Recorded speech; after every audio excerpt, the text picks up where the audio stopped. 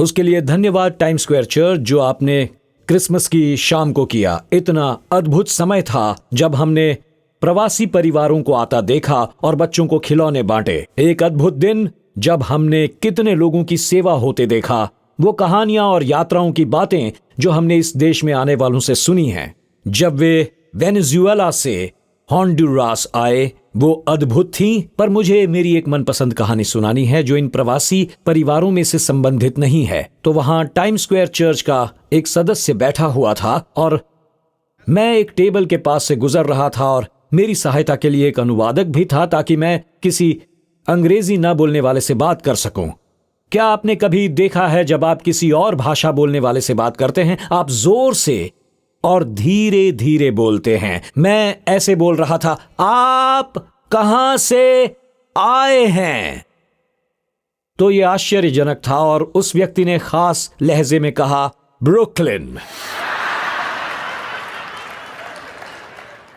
और उसके बाद जो मैंने सुना वो मेरी 40 वर्ष की सेवकाई की सबसे महान कहानियों में से एक थी कि कोई चर्च में कैसे आया। जब मैं लोगों से पूछ रहा था वे इस देश में कैसे पहुंचे, मैंने उस प्यारी बहन से पूछा जिसका नाम मैं नहीं लूंगा क्योंकि मुझे उसे शर्मिंदा नहीं करना है, पर उसका नाम बहुत अद्भुत है।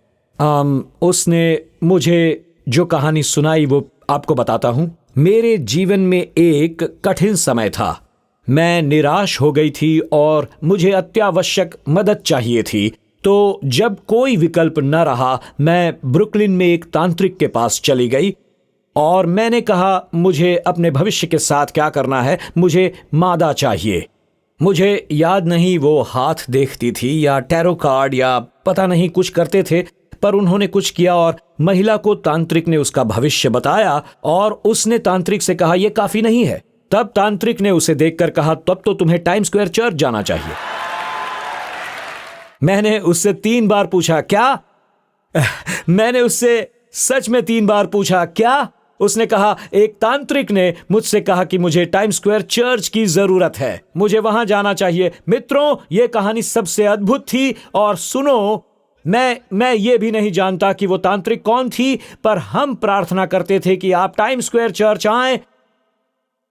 और उसने बताया, मैं यहां अगस्त में आई, उद्धार पाया, पानी का बपतिस्मा लिया, एक ग्रुप से जुड़ गई और अगस्त से अब तक यही हूं। और मैं यही मानता हूं कि परमेश्वर उस तांत्रिक का उद्धार करे जिसने उस लड़की से बात की। उस लड़की के मुख पर यीशु का आनंद था। वो युवती अगस्त में आई और पूरी तरह से हमसे जुड़ गई। उद्धार, पानी का बपतिस्मा, सहभागिता, कनेक्टेड ग्रुप्स, हाजिरी देना।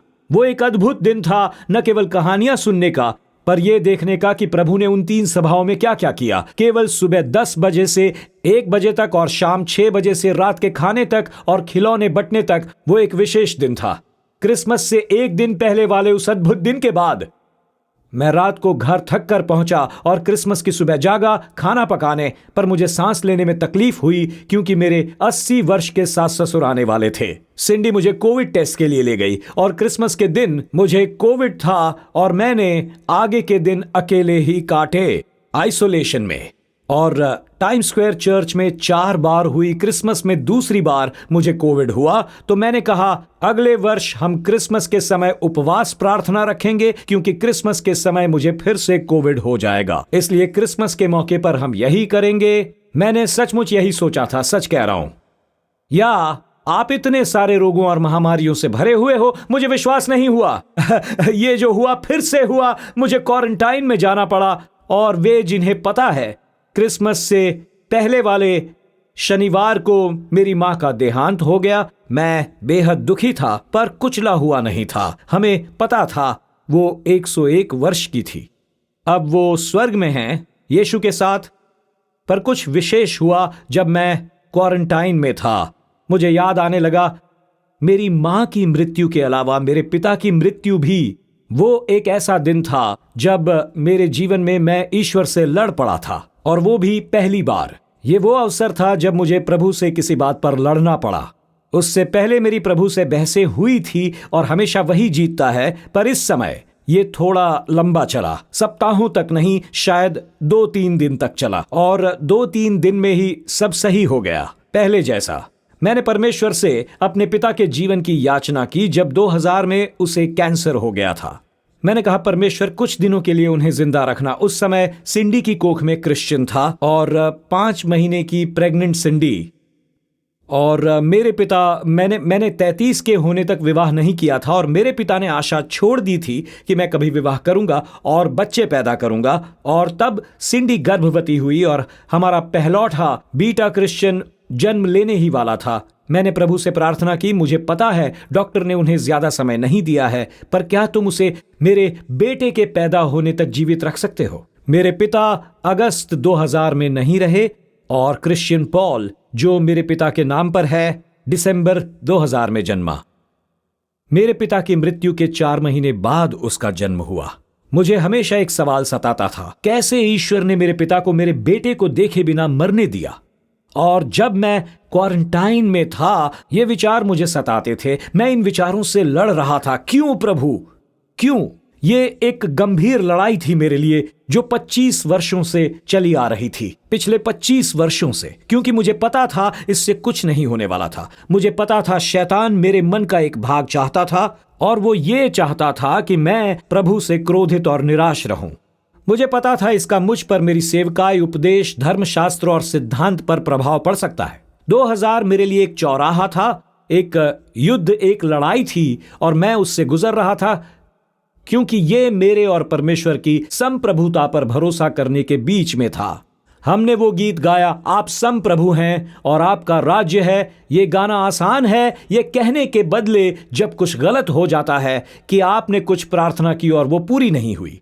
और उस समय मुझे यीशु को सब कुछ सौंप देना है हमारी सेवकाई के अगले मौसम के कारण। ये मेरे हृदय और मन को शत्रु के आक्रमणों के लिए सुरक्षित छोड़ देगा अगर मैं अपने मन के किसी भी असमर्पित हिस्से के साथ अंदर जाऊंगा। अगर मैं परमेश्वर के पास किसी असमर्पित हिस्से को लेकर गया तो वो हिस्सा शत्रु के आक्रमणों के लिए सुरक्षित होगा। थोड़ा रुकता हूं क्योंकि मैं चाहता हूं आप ये सुने। मैं चाहता हूं अगुवे और प्रवक्ता भी ये सुने। मैंने अपनी 40 वर्ष से भी अधिक सेवकाई में यह सीखा है कि बुरा धर्म शास्त्र बुद्धि से नहीं, भावना से आता है। मैं फिर से कहूंगा, अधिक रूप से बुरा और गलत धर्मशास्त्र ऐसे नहीं आता कि आपको तुरंत ये सत्य मिल गया जो किसी और को नहीं मिला। ये इसलिए हुआ क्योंकि आप एक संकट या जीवन के कठिन पल से गुजर रहे हैं और शायद उस समय आप परमेश्वर से कुश्ती लड़ चुके और उसके बाद आप एक ऐसी विश्वास की प्रणाली लेकर उठे जो न केवल हानिकारक है परंतु गलत भी है। मुझे पता था, मैं उस चौराहे पर था। सुनिए प्रेरित पौलुस ने क्या कहा। जब वो एक युवा पास्टर से बात करता है, वो कहता है, अपने जीवन और सिद्धांत पर नजर रखो, उनको लेकर परिश्रम करो। अगर ऐसा करोगे तो तुम स्वयं को, तुम्हारे सुनने वालों को बचा लोगे। और यहां पौलुस ये कह रहा था, शायद उस वचन में 2 चीजें थी। वो कहता है, एक, जैसा विश्वास करते हो वैसे ही जियो। दूसरी बात, जीवन द्वारा अपने विश्वास को निर्धारित होने न दो। यह परमेश्वर के वचन से आता है। मैं फिर से ये कहूंगा क्योंकि कुछ इससे चूक गए। मुझे पता है ये नववर्ष की शाम है, इसे समझना है। 2 चीजें, एक, जैसा विश्वास करते हो वैसे ही जियो, और दूसरी बात, जीवन द्वारा अपने विश्वास को निर्धारित होने न दो। यह आपको परमेश्वर के वचन से मिलता है। और वो ये कह रहा था, जब आप अपने विश्वास के अनुसार नहीं जीते तो इससे हमें कपटी मिलते हैं। अगर आप अपने विश्वास को जीवन द्वारा निर्धारित होने देंगे तब पंथ और झूठे धर्मशास्त्र निकलेंगे, पर जिन्हें स्थिरता मिलेगी वो परमेश्वर के वचन में मिलेगी। जब सब कुछ टल जाता है पर वचन कभी नहीं टलेगा। पौलुस कहता है वचन कभी नहीं टलेगा। वो हमें यही समझाता है। देखो, पौलुस कहता है कि यह कितना आसान है जब आप अपने कठिन क्षणों को उसे निर्धारित करने दें जो पहले से बाइबल में सही सिद्धांत हैं। बुरे धर्म सिद्धांत भावना की जड़ों से आते हैं। इससे पहले कि वो एक बौद्धिक खोज बने तो ये लिख लीजिए, मसीही बनना बड़ा आसान है, बहुत ही आसान। पर मसीहियत में बढ़ना दक्षतापूर्ण है और बड़ा कठिन है। एक क्षण में आप मसीही बन सकते हैं पर विकसित होने आपको लड़ना है, आपको जूझना है। ये एक लड़ाई है पर यह मूल्यवान लड़ाई है। सचमुच विकसित होने के लिए आपको पूरा प्रयत्न करना है और मुझे पता है इसमें आपको पूरा श्रम करना होगा। यूजीन पैटरसन इस संदेश वाले महान बयान को इस तरह से पढ़ेंगे तो 1 कुरिन्थियों अध्याय 9 सुनिए। वो कहता है, मुझे तुम्हारा तो पता नहीं है, पर मैं पूरा प्रयास करके दौड़ पूरी करना चाहता हूं। मैंने पूरी जान लगा दी है। मैं सचेत हूं, मैं बढ़िया स्थिति में हूं, मैं सोने वाला नहीं। मैं सचेत हूं, मैं बढ़िया स्थिति में हूं और मैं सोने वाला नहीं हूं। सबको बताते हुए भी मैं ये नहीं कर सका, और ये आसान सी बात जिसे मैं चूक गया। मैं आपको बता दूं दोस्तों, मैं इसमें हूं। फजूल जीवन नहीं जीने, स्वस्थ स्थिति में रहकर। मुझे आपका पता नहीं, पर मसीहियत नाम इसी चीज का है जिसमें मैं हूं। मैं अपनी ओर से सब दे रहा हूं। मैं इस नए वर्ष में प्रवेश करते हुए जिसे लेकर मैं आपको चुनौती देना चाहता हूं, जो परमेश्वर मुझे इस वर्ष के आने के समय बता रहा है, क्योंकि मैं 2023 से इस तैयारी में निकलना चाहता हूं जो 2024 में प्रभु करना चाहता है, यानी आने वाले इस साल में। पर इन 4 दशकों में मैंने कुछ सीखा, और मैंने ये सीखा है, मैंने 4 दशकों तक ये युद्ध लड़ने सीखे हैं, लेकिन प्रभु मुझे कुछ नया सिखा रहा है। और मैं बता दूं वो क्या सिखा रहा है। यही नहीं कि कैसे युद्ध लड़े जाएं, पर वो मुझे कुछ सिखा रहा है, और वो यही भाग मैं आपको अगले कुछ पलों में बताना चाहता हूं। मुझे पता है आप में से अधिक युद्ध लड़ सकते हैं, आप कई लड़ाइयां लड़ चुके होंगे, पर अब मैं विजय पाने के बाद भी लड़ना सीख रहा हूं। यह केवल युद्ध लड़ना ही नहीं है, पर विजय के बाद की लड़ाई है। इस वर्ष को पीछे छोड़ते हुए परमेश्वर ने मुझे, मेरे परिवार को, हमारे TSC परिवार को कुछ अद्भुत विजय दिलाई है। पर मुझे लगा जैसे प्रभु ने कहा कि याद रहे, उस लड़ाई को न भूलना जो विजय के बाद आती है। तो ये एक लड़ाई होती है, और इसे मैं आपको समझाना चाहता हूं, क्योंकि अमस्या नाम के राजा ने मुझे ये सिखाया बाइबल के द्वारा। अमस्या युद्ध लड़ना जानता था, पर विजय के बाद की लड़ाइयां नहीं। मैं एक कहानी आपको सुनाना चाहूंगा जिसने मुझे कुछ निर्णय लेने में और एक स्थान ग्रहण करने में मदद दी है।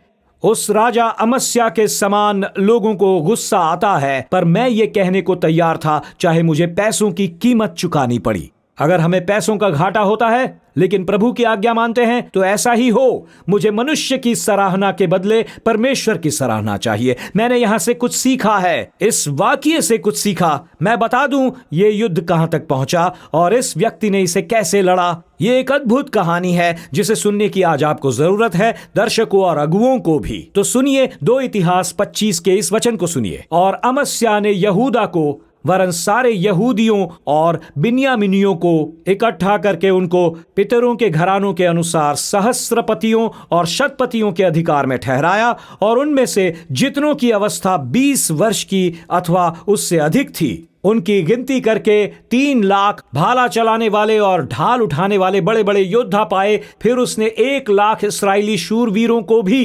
100 किक्कार चांदी देकर बुलवा रखा। परंतु परमेश्वर के एक जन ने उसके पास आकर कहा, हे राजा, इस्राएल की सेना तेरे साथ जाने न पाए, क्योंकि यहोवा इस्राएल अर्थात एप्रैम की कुल संतान के संग नहीं रहता। इस्राएल परमेश्वर की आज्ञा नहीं मान रहा था, और उसने कहा, ऐसे लोगों की संगति में न रहे जो इस समय प्रभु के साथ सही नहीं है। ऐसे लोगों की संगति में न रहो जो इस समय प्रभु के साथ नहीं, उनका न्याय होने वाला है, उनसे दूर रहो। अब ये देखिए, यदि तू जाकर पुरुषार्थ करे और युद्ध के लिए हियाव बांधे तो भी परमेश्वर तुझे शत्रुओं के सामने गिराएगा, क्योंकि सहायता करने और गिरा देने दोनों में परमेश्वर सामर्थी है। अमस्या ने परमेश्वर के भक्त से पूछा, फिर जो 100 किक्कार चांदी मैं इस्राएली दल को पहले से ही दे चुका हूं, उसके विषय में क्या करूं? अब यहां एक टिप्पणी है। परमेश्वर ने ऐसा कहा, भविष्यवक्ता कहता है, तूने गलत लोगों को काम दिया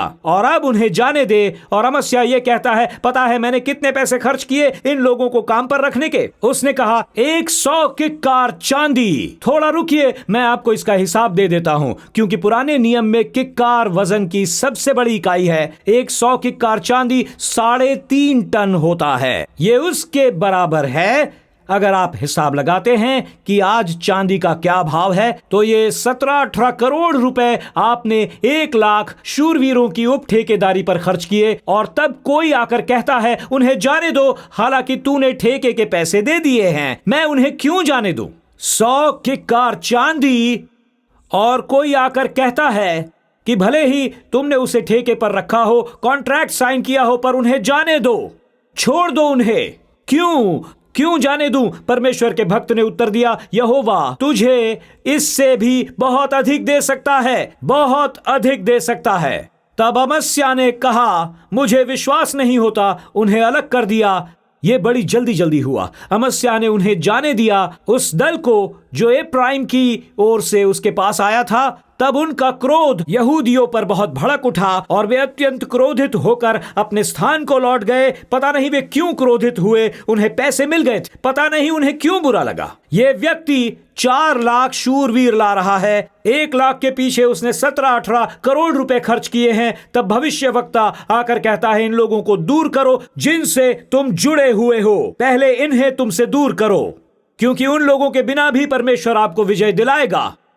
तो न केवल उसने पैसे खोए, पर क्रोधित कर्मचारियों का सामना भी करना पड़ा, और युद्ध का परिणाम परमेश्वर ने उन 1 लाख के बिना भी उसकी मदद की। ये सुनिए वचन 11।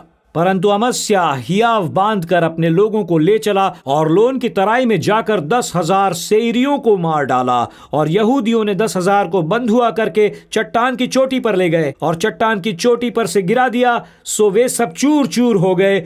परंतु उस दल के पुरुष जिसे अमस्या ने लौटा दिया कि वे उसके साथ युद्ध नहीं करेंगे, उनके 3,000 निवासी मार डाले और बहुत लूट ले ली। मेरे लिए ये अद्भुत है, 23,000 मारे गए। मुझे तुझे कुछ देना है अमस्या, पर तुझे उससे नहीं जुड़ना है जिससे तुझे जुड़ने की जरूरत नहीं है, बिल्कुल नहीं।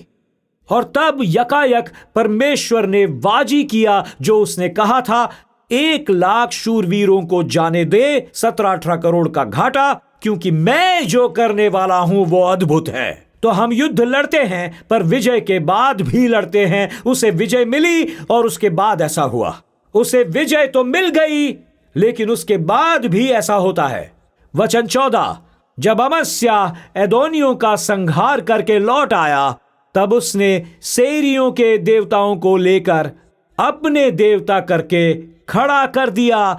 जिस किसी ने कहा, नहीं मैं आपसे सहमत नहीं हूं, तो मुझे ऐसा ही लगा, और उन्हीं के सामने दंडवत करने और उन्हीं के लिए धूप जलाने लगा। अगर मैं बाइबल लिख रहा होता तो अगला वचन कहता, सच? क्या तुम मुझसे मजाक कर रहे हो? वचन 15। तब यहोवा का क्रोध अमस्या पर भड़क उठा और उसने उसके पास एक नबी भेजा, जिसने उससे कहा, जो देवता अपने लोगों को तेरे हाथ से न बचा सके, उनकी खोज में तू क्यों लगा हुआ है? इस्राएल के शत्रुओं को मिटाने के बाद अमस्या ने निर्णय लिया कि उनके देवताओं का अपना देवता बनाए, अर्थात उसने उन देवताओं की उपासना करना चाहा जो हार चुके थे इस्राएल के परमेश्वर के बदले। तो मैं ये पढ़ रहा हूं और पढ़ते हुए सोचता हूं, अमस्या ने वचन 7 में भविष्य वक्ता की बात मानी और उसके 17-18 करोड़ और 1 लाख लोगों को जाने दिया, पर उसने इस व्यक्ति की नहीं मानी। वो उससे कह ही रहा था कि उसने उससे पूछा, क्या हमने तुझे राजमंत्री ठहरा दिया है? चुप रह, क्या तू मार खाना चाहता है? तब वो नबी ये कहकर चुप हो गया कि मुझे मालूम है कि परमेश्वर ने तुझे नाश करने को ठाना है, क्योंकि तूने ऐसा किया है और मेरी सम्मति नहीं मानी। उसने उस तक आने वाले वचन को रोक दिया, उसने किसी और को सच बताने से रोक दिया। प्रभु आपको विजय देता है और आप लौटकर उसे दंडवत करते हो, आप अपने शत्रुओं की मूर्तियों को दंडवत करते हो। यह कैसे हो सकता है? यह है उसका जवाब, और यह उसके शुरू में है जो अमस्या का विवरण है। मैं आपको यह बताता हूं, और मैं आपको वो बताना चाहता हूं जो परमेश्वर ने मेरे मन में डाला। यह ऐसे शुरू होता है, 2 कुरिन्थियों 25:2। ये है अमस्या। उसने वो किया जो यहोवा की दृष्टि में ठीक है, परंतु खरे मन से न किया। खरे मन से, इस अंतिम बयान को देखिए, परंतु खरे मन से न किया, खरे मन से नहीं। अमस्या का एक भाग असमर्पित था, और अमस्या की विजय में शैतान ने उस भाग पर कब्जा किया। अमस्या का वो असमर्पित भाग था जो शत्रु के लिए युद्ध का मैदान बना, ताकि इस अद्भुत विजय के पल का स्वाद वो खट्टा कर दे। इस अद्भुत विजय के पल का स्वाद खट्टा कर दे। और मैं ये प्रश्न करता रहता हूं, अमस्या में ऐसा क्या था कि विजय प्रभु ने उसे दी थी, वहां से उन मूर्तियों को लाकर उन्हें दंडवत करे? आखिर ऐसा क्यों किया? मैं ये सवाल करता रहा, इसने मुझे चकित किया। मैं प्रभु से पूछता था और ये कई दिन चला। पूरे सप्ताह भर आप प्रभु के सहारे जीतकर मूर्तियों के साथ जश्न कैसे मना सकते हैं? आप परमेश्वर के वचन द्वारा जीतकर उन मूर्तियों का उत्सव कैसे मना सकते हो जिन पर आपको विजय प्राप्त हुई है? न्यूयॉर्क आने से पहले सिंडी और हमारा परिवार, सिंडी और मैं कैलिफोर्निया गए। 3 दिन के वैवाहिक परामर्श के लिए कैलिफोर्निया गए।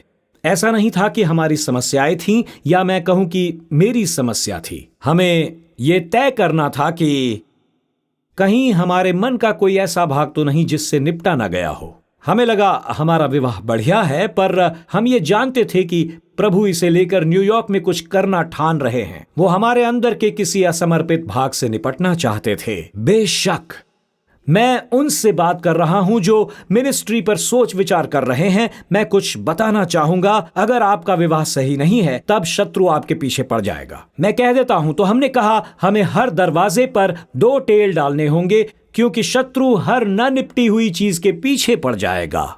ये यीशु के अंतिम दिनों सा सबसे महत्वपूर्ण वचन हो सकता है जो यूहन्ना 14 में है, इससे पहले कि वो गतसमनी में रात बिताता। बाइबल हमें बताती है कि जंगल में न केवल परखा गया इससे पहले कि वो सार्वजनिक सेवा में उतरता, पर बाइबल कहती है कि गतसमनी में यीशु पर आक्रमण हुआ था।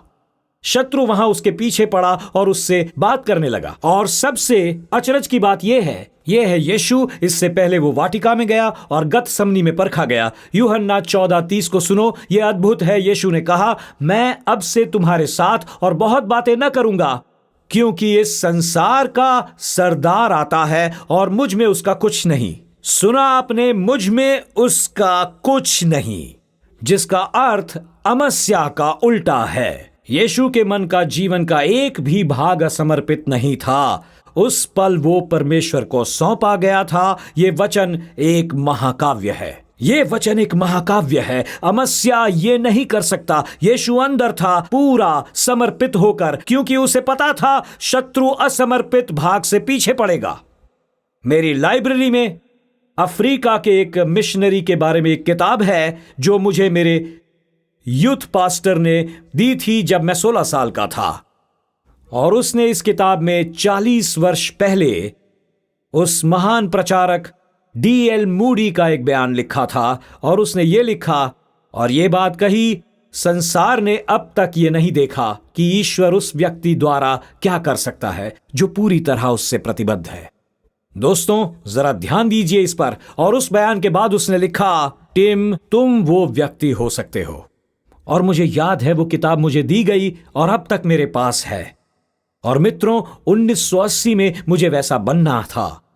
और मित्रों, क्या मैं बता दूं, अब यह है 2023 और मुझे प्रभु के साथ पूरी तरह प्रतिबद्ध होना है, बिना हिले हुए। मैं ये कहना चाहता हूं कि परमेश्वर का मुझ में कुछ भी नहीं है। मुझे हर एक विजय के बाद ये कहना है, सारी महिमा परमेश्वर की नहीं और सारा आदर परमेश्वर को पहुंचे। तो इसे लेकर मैंने कुश्ती लड़ी। और माने या ना माने, मुझे लगता है लंबा समय लगेगा, पर मैंने कई बार समय की अवधि पर झूठ बोला है, वचनों पर नहीं पर समय की अवधि पर। हाँ, पर मैं बता दूं किसके साथ संघर्ष किया है। मुझे बीमारियों से लड़ना आता है। मैंने ऐसा इस वर्ष किया, न केवल पिछले सप्ताह। हमें संसाधनों की कमी से लड़ना आता है, मेरे साथ आपको भी आता है। हमें व्यक्तिगत हमलों से लड़ना आता है, पर प्रभु ने मुझे इसलिए तैयार किया कि कैसे विजय के बाद लड़ना चाहिए, क्योंकि अमस्या युद्ध जीत गया था। पर तब उसने विजय को मूर्ति पूजा में बदल दिया। मैं फिर से कहूंगा, ध्यान से सुनिएगा, ये सवाल मैं पूछता रहता हूं, उसकी विजय मूर्ति पूजा में कैसे बदल गई? कैसे बदली मूर्ति पूजा में? जब मैं देखता हूं कि पिछले वर्ष जो परमेश्वर ने टीएससी में किया है तो सोचता हूं प्रभु ये आप ही हो। मित्रों, पिछले रविवार को मैं किसी से बात कर रहा था कि कैसे इस बड़ी संख्या में लोग जो आएंगे क्रिसमस के अवसर पर, सैकड़ों लोग, और उसने बताया कितनों ने उद्धार भी पाया। मैंने उनके साथ खुशी मनाई, पर तब देखो कि प्रभु ने हमारे लिए क्या किया। इमारत में यहां न तो ऑनलाइन या संलग्न में इतनी गिनती अभी तक नहीं देखी गई। पिछले रविवार को हमने नए सिरे से जन्म पाने के लिए 200 से ज्यादा लोगों के हाथ उठते देखे और तुरंत उसके बाद 197 लोगों ने बपतिस्मा लिया। वहीं पर उसी वक्त वहां 200 लोगों को बपतिस्मा पाते देखा हमने। 250 लोगों को नए सिरे से जन्म मिला। प्रभु कहता है अब तुझे संभालना है, तू संभल कर रह, और जो विजय मैंने तुझे दिलाई है उन्हें मूर्ति पूजा में बदल न देना। मित्रों, मेरी बात सुनो। अमस्या एक युद्ध जीत गया, पर यह युद्ध गिदोन के समान था। परमेश्वर ने 1,00,000 शूरवीरों को अलग किया और उन्हें निर्णायक विजय दिलाई, पर वो विजय मूर्ति पूजा में कैसे बदल गई। मैं उसे एक मूर्ति पूजक बनता देख सकता हूं अगर वो युद्ध हार जाता, पर युद्ध जीतने के बाद नहीं। आप युद्ध जीत गए, अगर आप युद्ध हार जाते तो यह ठीक था, पर तुम युद्ध जीत गए। परमेश्वर ने तुम्हें विजय दिलाई। तो मैं थोड़ी देर के लिए अपडेट करता हूं। प्रभु आपको कॉलेज पास कराता है, आप मास्टर्स पीएचडी पूरी करते हो, डिग्री प्राप्त करते हो, और शायद अपने परिवार में आप वो पहले हो जिसने ये प्राप्त किया हो। ये एक अद्भुत उपलब्धि है। अपनी वित्तीय फर्म में इस वर्ष आपको बड़ा बोनस मिलता है। जब सब लोग मंदी की बात कर रहे थे, परमेश्वर ने आपको कुछ करने की बुद्धि दी। आखिरकार विवाह होता है, या लंबे समय से जो नहीं हो रहा था वैसे गर्भधारण होता है, या आपको एक बड़ा पद मिलता है, खेल या कॉन्ट्रैक्ट या ब्रॉडवे पर, जो आपका जीवन बदल देगा। या आपने बचाकर रखे पैसों से नया मकान लिया, तब कैसे आपका कॉन्ट्रैक्ट, आपका पद, आपका जीवन साथी, मकान, जन्मा बच्चा, नौकरी, ये सब आपकी मूर्ति पूजा कैसे बन जाएंगे। ये विजय अचानक अमस्या के समान कैसे बदल जाएगी। यहां हम कहते हैं लगातार युद्ध होना विजय का वादा है, पर हमें विजय की रक्षा करनी है जिन्हें देने का वादा प्रभु करता है। और मैंने ये सीखा है मित्रों, प्रभु ने मुझसे ये बात की है कि जब तुम नए वर्ष में प्रवेश करोगे तो मैं बताऊंगा कि तुम्हें क्या करना है। ये 3 चीजें लिख लीजिए इन्हें। उसने कहा क्योंकि मैं नए वर्ष में दाखिल हो रहा हूं, तुम्हें उसके अनुसार जीना होगा। पहली बात, जैसे ही युद्ध समाप्त होगा परमेश्वर की महिमा करो। समझे आप? मैं आपको कुछ बताऊंगा। आपने कॉलेज पूरा किया और यकायक आपने खेल के मैदान में कुछ बड़ा किया, और अगर आप एक पेशेवर खिलाड़ी हैं या कॉलेज के खिलाड़ी हैं तो, या शायद आपको स्कॉलरशिप मिलती है और आपको फुटबॉल टीम का भाग बनाया जाता है, या आपको फिल्मों में बड़ा रोल मिलता है, या ब्रॉडवे में कोई मौका मिलता है, नौकरी में तरक्की मिलती है। मैं आपको कुछ बताऊंगा और इसे ध्यान से सुनिएगा। मैं सोचता था यह अप्रासंगिक है, इसका कोई अर्थ नहीं। मैं ये देखने लगा हूं कि ये सुरक्षा की बात है। जब कोई संवाददाता आपके सामने माइक करके पूछता है, जब आपको कोई अंदाजा नहीं है कि हमें इस खेल के बारे में कुछ बताइए, और खिलाड़ी कहता है सारी महिमा यीशु को देता हूं, मैं ये सोचता हूं इसमें यह कहना सुरक्षा जैसा है। मैं इससे शुरू करूंगा कि आप ये समझें और मैं ये समझूं कि यीशु के बिना आज मैं यहां नहीं होता। ग्रेजुएट बनने में मैं आपकी मदद करूंगा, पीएचडी बनने में मैं मदद करूंगा, फिल्म कलाकार बनने में मदद करूंगा, संयुक्त राष्ट्र के कर्मचारी बनने में करूंगा, फाइनेंस में मैं तुम्हारी मदद करूंगा। तुम कुछ नहीं कर सकते जब तक ये प्रभु की ओर से नहीं। सारी महिमा प्रभु को दी जाए, क्योंकि तुमने वो विजय प्राप्त नहीं की, प्रभु ने तुम्हें वो दी है। मुझे पता है तुम्हें गुस्सा आएगा, पर मुझे चिंता नहीं है, बिल्कुल परवाह नहीं है। मुझे लगता है दशमांश भी एक सुरक्षा ही है। दशमांश भी एक सुरक्षा ही है। जब परमेश्वर आपको कुछ देता है और आप कहते हैं देखो मैंने क्या किया, नहीं नहीं नहीं नहीं नहीं नहीं नहीं, आप परमेश्वर को वो दो जो उसने आपको दिया है, क्योंकि बाइबल कहती है जब ये नहीं करते तो वो आपकी जेब में छेद कर देता है। तो आप में से कुछ सोचते होंगे मुझे पता था वो पैसे मांगेंगे। नहीं, मैं तुम्हारी रक्षा कर रहा हूं।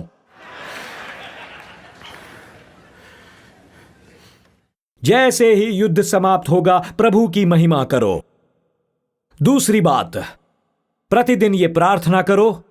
इस प्रार्थना में कहते हैं, प्रभु साल के हर दिन मैं प्रार्थना करूंगा कि हर एक विजय को मूर्ति पूजा में बदलने से बचाया जाए। आप ये करेंगे और ये यहां है।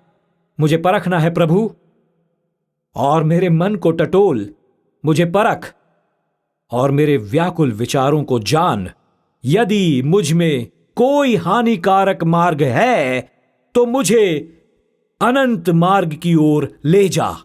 मैं आपके लिए इसका संस्करण पढ़ूंगा, उस अंतिम वचन को देखते हैं ये क्या कहता है। अगर कोई दर्द का मार्ग है जिस पर मैं चलता हूं तो मुझे मेरे महिमामयी अनंत के मार्गों पर लौटाओ। वो मार्ग जो मुझे तुम्हारे पास ले आता है, वो मार्ग जो मुझे तुम्हारे पास ले आता है, मुझे वहां लौटाओ। मैं ये बता दूं, प्रभु ये बताएगा। अगर कोई मार्ग है जिस पर आपको नहीं चलना है, वो ये बताएगा। और यकायक और थोड़े ही समय में हम आपको बताएंगे कि वो उन मूर्तियों को वापस लाता है जब उन्हें लूट कर ले जाया जा रहा था। अमस्या एक दर्द भरे मार्ग पर चल रहा था और वो विजय का निधन होता, क्योंकि वो उन मूर्तियों को लूट कर ला रहा था और फिर उन्हें उसने खड़ा किया, और उसके बाद भी उसका जीवन नष्ट होने वाला था। और मैंने जीवन में कितनी बार देखा है जब परमेश्वर ने हमें विजय दिलाई है और परमेश्वर ने कुछ बताया है यह कहकर कि यह दर्द का मार्ग है। मुझे आपको कुछ बताना है, मुझे क्षमा कीजिए। मैं आपको 2 कहानियां सुनाऊंगा। पैसे की कहानी, और आप सोचते होंगे ये पैसों को लेकर 2 चीजें हैं। मेरे साथ बने रहिए। परमेश्वर हमारे साथ विश्वास योग्य रहा है। उसने सिंडी और मेरे 4 बच्चों के लिए प्रदान करता रहा है। ये सचमुच संपूर्ण चमत्कार है। हमें कोई शिकायत नहीं है। बाइबल हमें चेतावनी भी देती है, धनवान बनने की इच्छा न कर कि तू ईश्वर को भूल जाए। और परमेश्वर ने हमेशा प्रदान किया है। यहां कोई कहेगा प्रभु ने सब कुछ दिया है। सिंडी को यह पूरी कहानी याद है। वो वर्ष पूरा हो रहा था और एक विजय प्राप्त हुई, हमारी अमस्या वाली विजय। और वो विजय प्राप्त हुई थी जो अमस्या वाली विजय थी, और ऐसा इससे पहले हमारे घर में कभी नहीं हुआ था। हम अपनी आर्थिक स्थिति को देखते हैं और आप जानते हैं ये कैसा है। हमें टैक्स देने हैं, आपका ये खर्चा है, हमारे 4 बच्चे हैं जिन्हें बड़ा करना है, तो आपको एक कॉस्ट मेंबरशिप लेनी पड़ती है और ये सब करना पड़ता है। हमने अपनी आर्थिक स्थिति को देखा और मित्रों, हमें विश्वास नहीं हुआ। हमने अपने अकाउंट को देखा जिसमें सिर्फ $1000 बचे थे। हमने कहा यहोवा यिरे तुम्हारी महिमा हो, और तभी ऐसा हुआ। सिंडी अपना सिर हिलाकर कह रही है क्योंकि उसे पता है क्या हुआ था। तो मैंने उससे कहा, सिंडी मेरे पास एक विचार है। यहां मेरे अंदर अमस्या बोल रहा है, ये मैं हूं, तो चिट्ठियां लिखने से पहले मैं तुमको बताता हूं क्या हुआ। प्रभु ये मेरा कन्विक्शन है, तो चिट्ठियां लिखने से पहले मैं तुमको बता दूं कि असल में हुआ क्या। तो सुनिए, सिंडी से भी मैंने यही कहा। मैंने कहा सुनो, हम दोनों के पास कॉर्पोरेट फाइनेंस की डिग्रियां हैं। हम ये पैसे लेंगे और स्टॉक खरीदेंगे और एक स्टॉक ब्रोकर बन जाऊंगा। मैं पैसे उठाऊंगा और उसका निवेश करूंगा, और जिस पैसों से प्रभु ने हमें आशीषित किया है वो कई गुना हो जाएंगे, और उसके बाद सब कुछ आसान हो जाएगा। चर्च को हमें कुछ देने की जरूरत भी नहीं है। आप जब ऐसा करना चाहते हैं तो ऐसा ही कहते हैं। मुझे याद है कुछ स्टॉक्स, 2 स्टॉक्स जिन्हें मैं देख रहा था। मैंने कहा यह सही है, $1000 का निवेश। और जैसे ही पैसे वहां डालें, मैं प्रतिदिन चेक करने लगा, क्या हम ऊपर हैं, क्या हम नीचे हैं, क्या हो रहा है, हमारे डॉलर्स का क्या हो रहा है, ऊपर जा रहे हैं या वो नीचे आ रहे हैं। पता चला मैंने $10 गंवा दिए थे। अंत में पवित्र आत्मा ने मुझसे ये कहा, मैंने तुम्हें निवेशक बनने को तो नहीं कहा था, मैंने तुम्हें देने वाला बनने को कहा था। और पवित्र आत्मा ने कहा, तुम उस पैसों को निकालो और इसे उस चर्च को दे दो जिसे इसकी जरूरत है। तो मैंने पैसे निकाले और उसकी फीस देकर निकालने पड़े। तो उसे निकालने के बाद $925 बचे थे। और प्रभु ने कहा, जो घटा हुआ वो 75 उसमें जोड़ो और उन्हें पूरी रकम दो जिससे तुमने शुरुआत की थी। और प्रभु ने यह कहा, तुम विजय को लेकर उसमें क्यों बदलते हो जिसे मैंने तुम्हें करने को कहा भी नहीं था। और हां, वो तुम्हारे नहीं है। मैंने तुम्हें ऐसा करने को नहीं कहा। मैंने तुम्हें वचन में रहने को कहा। मैंने तुमसे नहीं कहा कि अपने फोन पर लगे रहो कि स्टॉक्स कहां पहुंचे।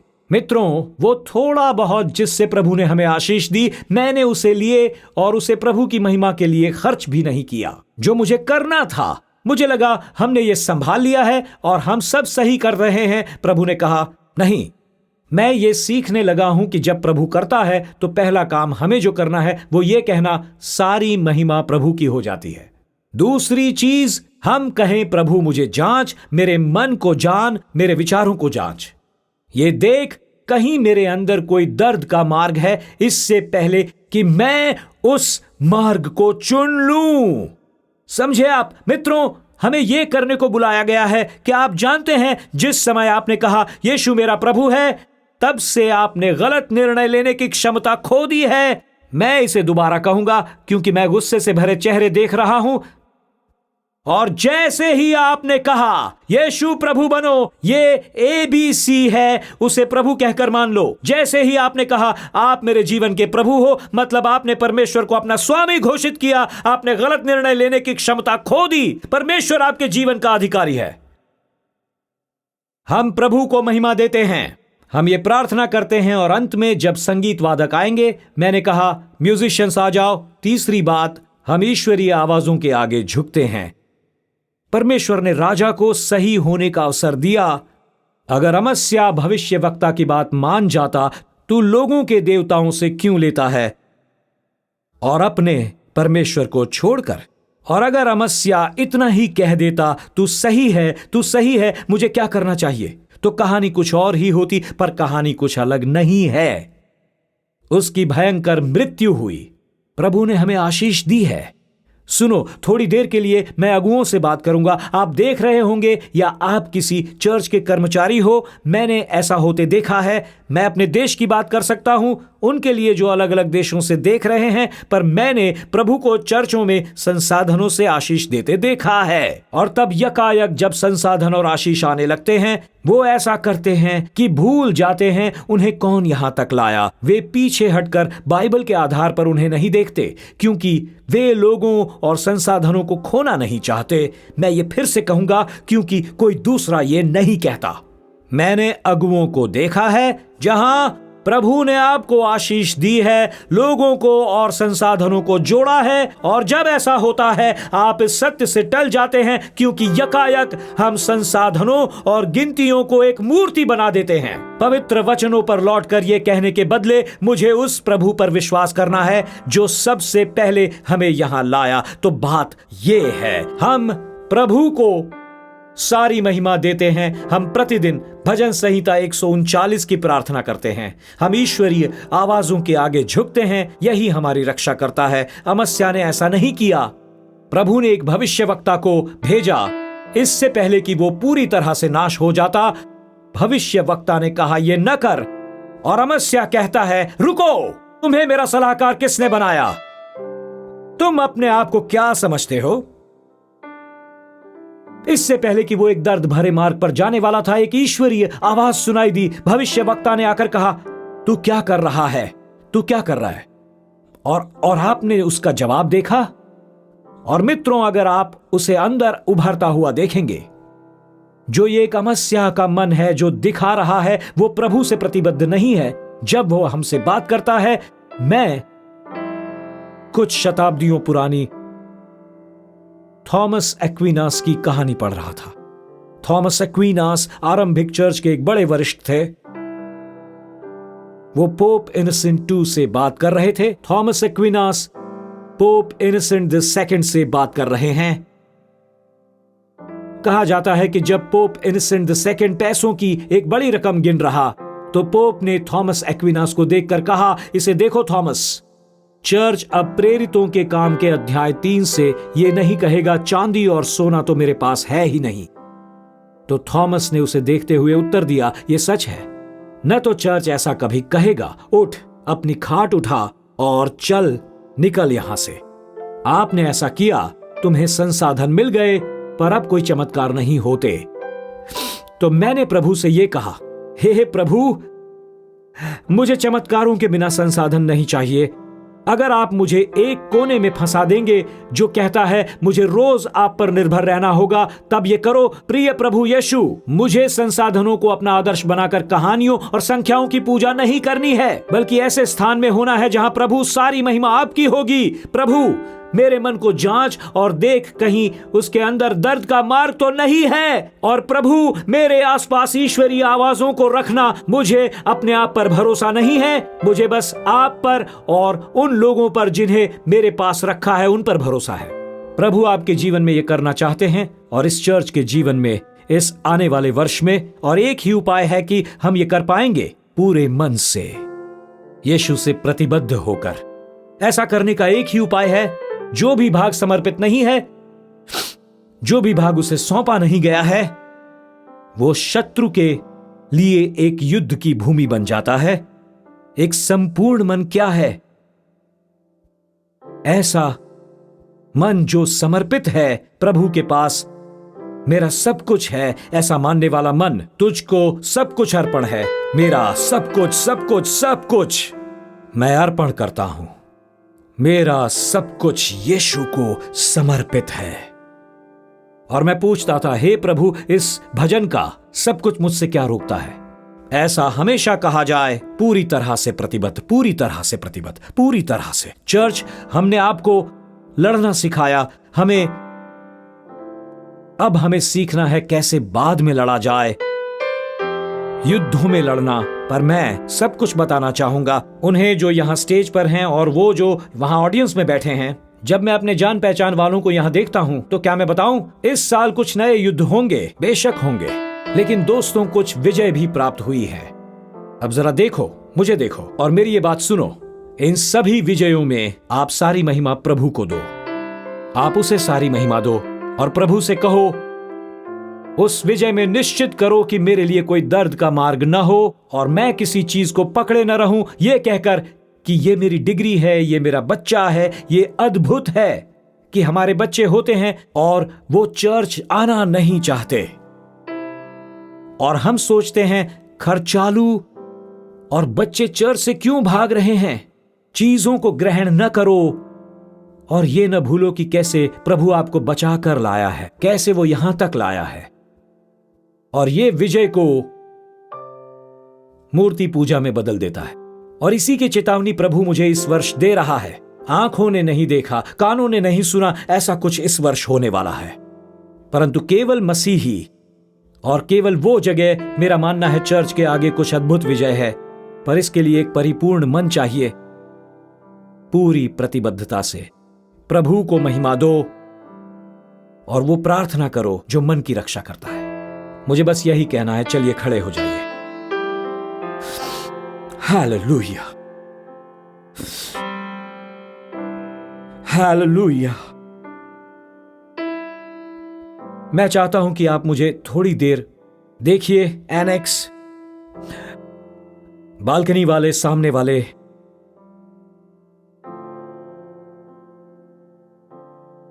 डीएल मूडी के शब्द जो मेरी उस किताब में लिखे हैं, जो मुझे यूथ पास्टर ने दी थी।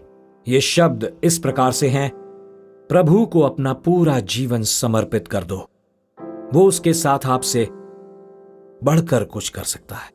प्रभु, सब कुछ ले लो, मेरा सब कुछ ले लो, पूरी तरह से मुझे ले लो।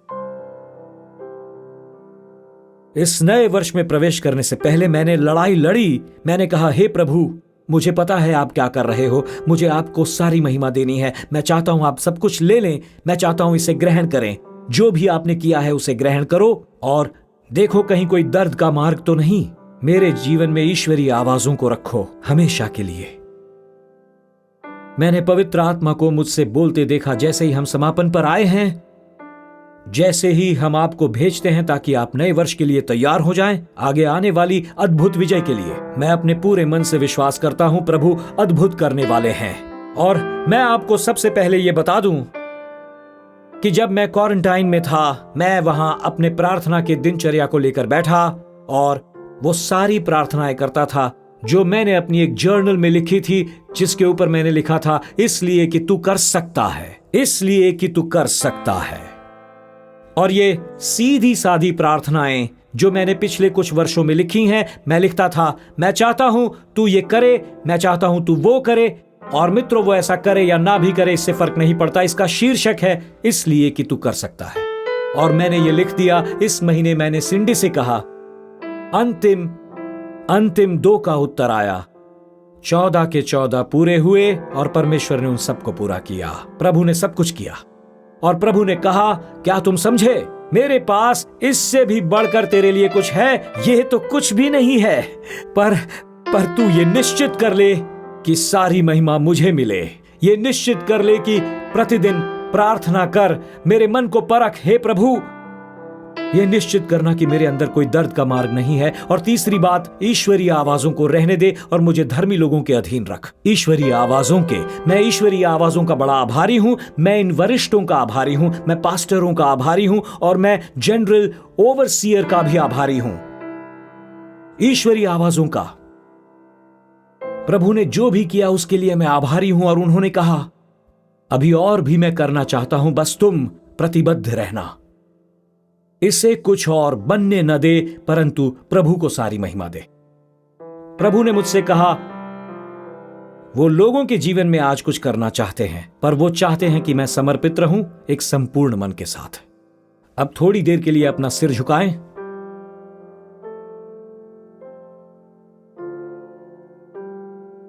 वो इस समय लोगों से बात कर रहे हैं और मुझे गहरा एहसास हो रहा है, जहां विजय आपकी अपनी विजय बन चुकी है,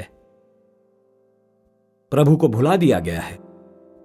और आज नव वर्ष में प्रवेश करते हुए यह समर्पण करने का समय है। हे प्रभु, मैं आपको सारी महिमा देता हूं। मैंने पाया, मैंने स्वयं को इसके वश में दे दिया था, मूर्ति पूजा के वश में। मूर्ति पूजा वो है जो आप पर नियंत्रण रखती है, और अब आशीष आप पर नियंत्रण रख रही है, और अब प्रार्थना आप पर नियंत्रित है। और प्रभु इस पर कहते हैं कि नहीं नहीं नहीं नहीं नहीं नहीं, इससे परे हटो, मुझे महिमा दो।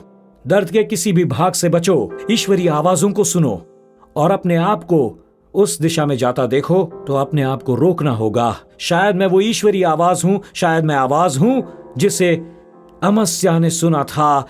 तो अब रुको, रुको, प्रभु को सारी महिमा दो। उसने आपको विजय दिलाई है, अब हम उसकी महिमा करेंगे। आज मैं आपसे कहूंगा, आप में से कितने ऑनलाइन केन्या या बुरुंडी से जुड़े हैं? कितने फिलीपींस और चाइना से जुड़े हैं? साउथ कोरिया से, प्यूर्टो रिको और ट्रिनिडैड से। मैं इस समय नेदरलैंड्स और नॉर्वे वालों से बात कर रहा हूं, और पोलैंड और जर्मनी से, और उनसे जो आसपास कहीं भी हैं, कि ईश्वर ये कहकर पीछे खड़ा है, मुझे तुम्हारा संपूर्ण मन चाहिए, संपूर्ण मन। कि हम इस साल से निकलकर अगले साल में जाएंगे संपूर्ण मन से, पूरी तरह, उस प्रतिबद्धता के साथ। और आपको पता है, प्रभु आपके मन से बात कर रहे हैं। इस समय वो आप पर उंगली रख रहे हैं, आपके मन से बात कर रहे हैं। अब सभी सिरों को झुकाकर, आंखें बंद करके हम प्रभु से बात करने वाले हैं, और वो हमसे बात कर रहे हैं। कहते हैं कि क्या तुम हाथ ऊपर करके मेरे लिए प्रार्थना करोगे? हमें ऐसा करना होगा। मेरे साथ कीजिए, बालकनी, मेन फ्लोर, अपने दोनों हाथ ऊपर उठाकर, दोनों हाथ। प्रभु मुझसे बात कर रहे हैं और कहते हैं, क्या मैं आपसे एक बात कह सकता हूं? अगर वो आपसे बात कर रहे हैं तो अपनी सीट से उठिए और आगे आइए, यहाँ मेरे सामने जल्दी से पास आ जाइए। परमेश्वर कुछ कर रहे हैं। बालकनी, मेन फ्लोर, मैं आपसे कह रहा हूँ, प्लीज रुक जाइए। परमेश्वर जो कर रहे हैं उसमें बीच में मत आइए, उन्हें वो करने दीजिए। परमेश्वर की आवाज मेरे कानों पर पड़ रही है। वो कह रहे हैं, हम इस साल से विजेता होकर बाहर निकलेंगे। बालकनी वालों, आपका इंतजार है। ऑनलाइन वालों, अपने हाथ ऊपर उठाओ। पड़ोस का कमरा, अपने हाथ ऊपर उठाओ। हम एक साथ मिलकर प्रार्थना करेंगे। जल्दी से पास आ जाइए। हम इस वर्ष से निकलेंगे विजेता बनकर, और हर विजय की परमेश्वर को महिमा देंगे। जल्दी से आइए, इंतजार है आपका। मुझे पता है पवित्र आत्मा ये कह रहा है। जैसे ही आप आ रहे हैं बालकनी, हम गाएंगे।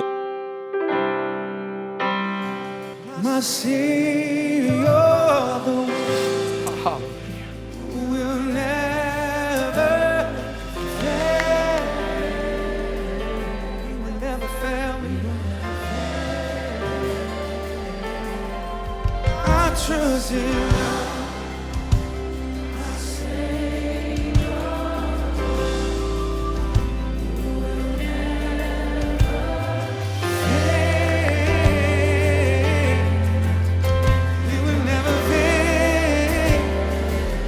trust in God, I know my Savior,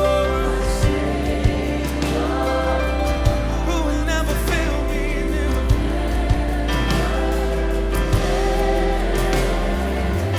When I'm weak, you will never fail. I trust in God. See, I trust in God.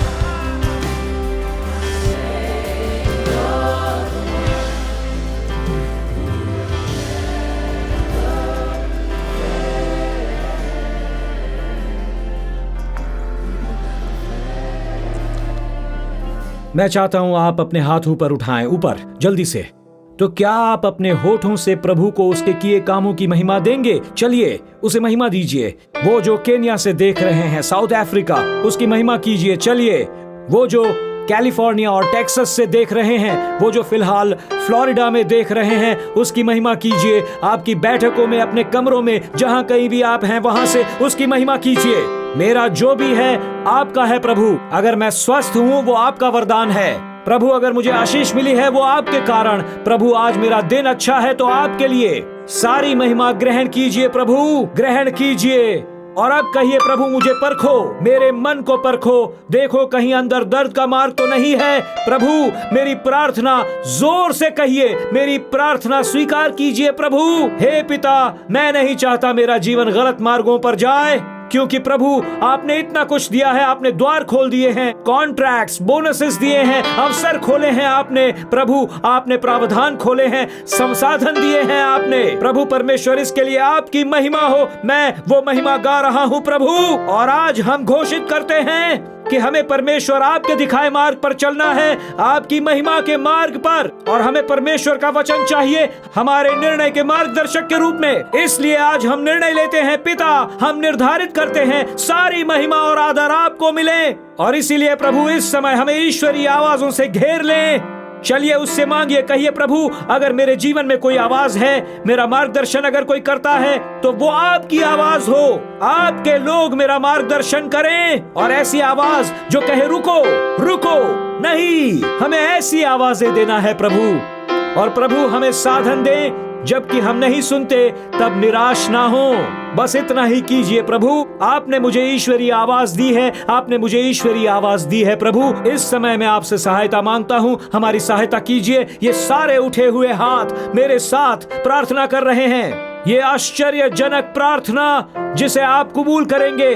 आपकी महिमा हो और इस चर्च में हर कोई, हे प्रभु कृपया कृपया कृपया इस महिमा को ग्रहण करें। सारी महिमा आपकी है प्रभु, आपकी महिमा है ये जो आप संसार भर में राष्ट्रों में कर रहे हैं। उसके लिए आपकी महिमा हो। संसाधनों के लिए धन्यवाद, इन लोगों का धन्यवाद।